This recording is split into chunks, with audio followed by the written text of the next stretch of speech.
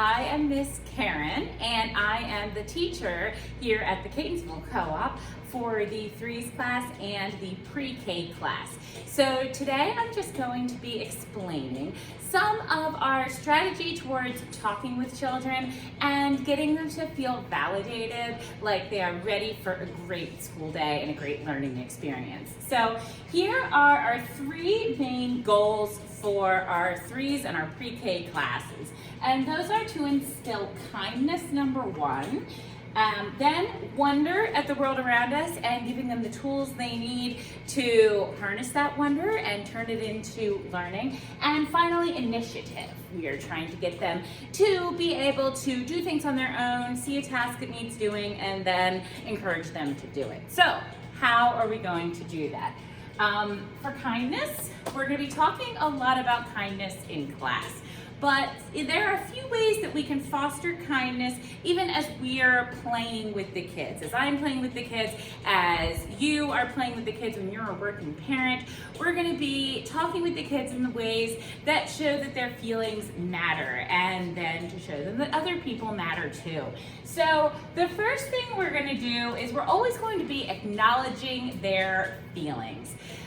If they feel frustrated because they can't use a toy right now, you can say, that must be very frustrating to you, you know, because they might be acting out. They might be trying to grab that toy from somebody else. Say, that must be very frustrating to you. Then we're going to say, even though you know it's Sally's turn with the toy, you really want it. The problem is it's her turn right now, right? So we're gonna be making sure that we still allow other people to have turns, but telling them the problem is it's their turn right now. Although I understand that you're frustrated. There are a few ways that they can work with those feelings of frustration, even as they're waiting. You can encourage them to draw a picture that might be scribbling or something. You can have them play out a fantasy where they actually have the toy. You know, we're gonna just make sure they understand we're all frustrated sometimes. We all want things we can't have. So we're gonna validate those feelings and then still tell them that you can't have what you want right away. Now, there are going to be conflicts sometimes, of course. When you see a conflict, we are going to try and address it in specific ways. So Amelia here is going to bring her marker over. Come here, Amelia. And you are going, bring the marker over with you. There you go. All right, so let's say Amelia here really wants to draw. She really wants to draw with the green marker right now. She really wants it, and I have it. So she might grab it. Oh my gosh, that's not okay. We're not gonna let that slide. So the first thing we're gonna do is we're gonna say, I don't like to see grabbing crayons or grabbing markers. First, tell them how you feel about it. Then we tell them how to make amends. Say, would you like to offer the marker back to me or back to the child that she's taken it from? Oh, she says no. Okay, so what we're gonna do is we're gonna offer her a choice. We're gonna say you can't have the green one right now, but would you like the yellow one or the blue one? Give her a chance to try and save some face here and still make a choice. Are you gonna do that? Yes. Yes, she is. Awesome, great choice. Thank you so much. She's gonna go choose one of the others. Now, if that hadn't worked, we're gonna take action without insult. We're gonna say, you can play with the markers another time, just remove them. At this point, you can see here on the board, if it has a star, you can come and involve the teacher. You might not need to, but if you're feeling comfortable, you can come and get me at this point, because that can be kind of tricky.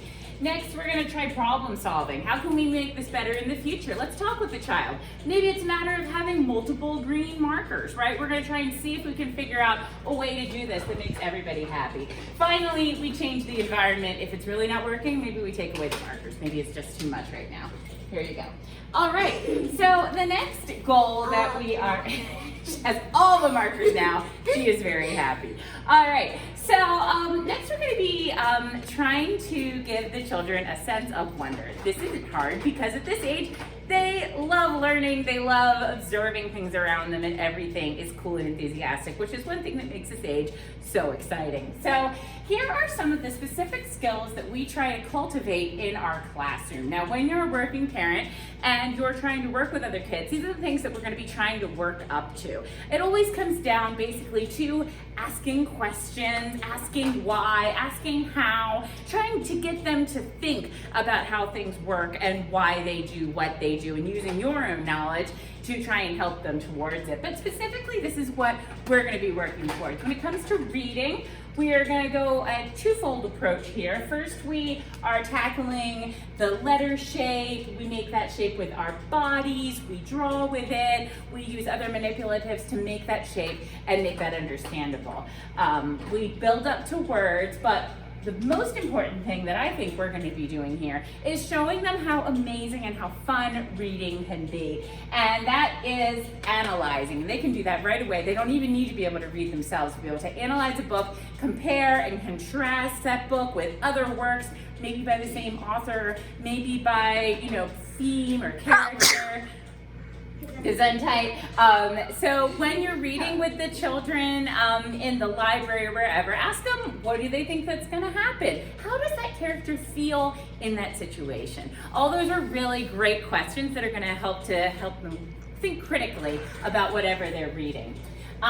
Science skills. We are going to be working with science specifically in the classroom, but science is everywhere. Science is just learning about how things work. So when you're building with blocks, when you are even drawing, every little thing that we do in this classroom is going to help them learn scientific skills, which include wondering about why or how something happens or when, predicting what will happen, doing a little experiment and observing it, maybe recording it, maybe writing it down, and finally reaching conclusions about that. Finally, our math skills. We're going to be working on counting, on making patterns, on doing number sentences, which is adding and subtracting, and measuring. And again, these can be things that you do with blocks as you're working in them. It doesn't have to be specifically a class skill we're working on. Every little thing that you do with loose parts, with whatever, can try and build up to these skills here. Now, finally, we are going to be trying to instill some initiative in these kids, right? So that they see when there's something to be done, we do it. And a lot of times in the classroom setting, that comes down to cleaning up and transitions, things that don't necessarily come easily to the kids because they're not necessarily fun to do, but we're still going to be trying to cultivate those things. So let's say Amelia here has been playing with blocks, and she's been having a lot of fun, but now we ring our bells here. We have bells that indicate transition, and it means that it is time to move on, even though she doesn't necessarily want to do it, right? Do you want to clean up your blocks? Probably not, right? Who would want to stop that? So here's some strategies that we use to try and engage them in that process, right? Right, there we go. Those could be blocks or markers, right? So you could first be playful. You can say, oh dear, I want to go and then rest up with my marker friends in our little marker box, something like that. Be playful, try and make it a game at first so it isn't too onerous. We're also going to give information about why. When we clean these things up, then we can go outside and play, right? Everyone wants information for why they're doing something. We can offer them that choice again. Do you want to clean red blocks first or blue blocks? You can use just one word. If it still is going on a while, blocks. Just say blocks. Give them the benefit of the doubt that, maybe they don't want to hear a big long lecture. Then we can observe what we see. First positive, then negative. Maybe some other kids are cleaning up puzzles. You say, I see that so-and-so is cleaning up puzzles. That's great. I hope the blocks are next. And finally, if it just isn't working, we can describe our own feelings about it. I really wish the blocks are being cleaned up right now. And if all that doesn't work, come and get me and we'll just try and figure something else out. She did it! Thank you. All right, let's say she did clean those blocks up, right? We are going to give praise. Of course we are. Praise is great, but we also have to be careful with exactly what kind of praise that we use. I'm not going to tell her who she is, right? I'm certainly not going to say, good girl, bad girl, anything like that. We're not making judgment or value statements here. We're gonna instead be talking about what I see. I see that you cleaned up all those blocks. There's not one left on the floor. That's great. Talk about the effect on others. Look at that, now you made a nice clean classroom for the rest of us to enjoy. That's great. Describe your effort and their progress. Look at how hard you worked at that. That's great, great job. We're gonna refrain again from saying good girl or boy, nothing like that, and certainly no gender-based labels. It's not here princess or gentleman or anything like that, because we're still, open-minded and we're letting them decide for themselves. So those are our co-op goals for right now, and please, as always, come to me if you have any questions.